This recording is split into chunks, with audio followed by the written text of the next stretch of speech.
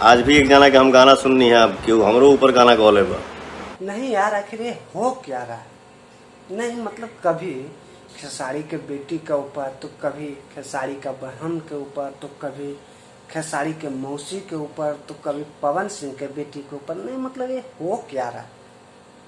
नहीं चलो ठीक है कि एक व्यक्ति अगर गलती से उसे कुछ उल्टा सीधा मतलब गाना गा दिया, तो उसके साथ में यार क्या सब पागल ही हो जाओगे?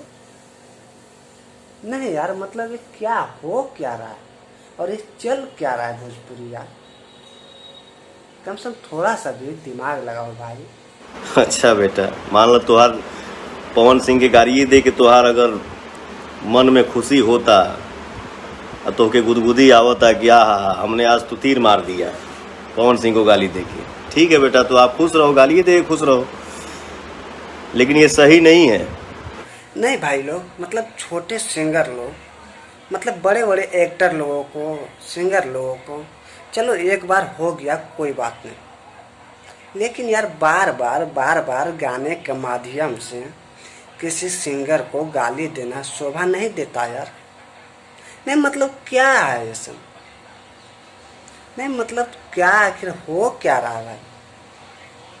थोड़ा सा भी दिमाग लगाओ, सोचो क्या तुम अच्छे कर रहे हो? नहीं मतलब एक दूसरे को गाली दे के क्या बड़ा बन जाओगे?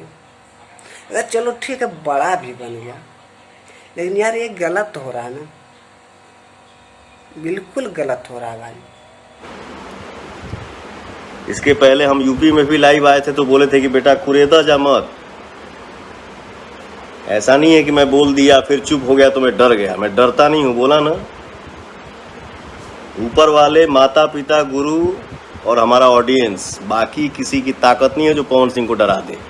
तो दोस्तों पवन सिंह का बात तो आप सुन ही लिए हैं, और अगर इस वीडियो को लाइक नहीं किया है यार तो एक लाइक कर दो और अपने दोस्तों में शेयर कर दो कि वो लोग सिंगर के पास पहुंच सके जो कि गाने के माध्यम से एक दूसरे सिंगर को गाली दे रहा है। तो बस दोस्तों आज के लिए इतना ही था, फिर से मिलेंगे आप लोगों को एक न्यू वीडियो के साथ। जब तक के लिए जय हिंद, जय भारत।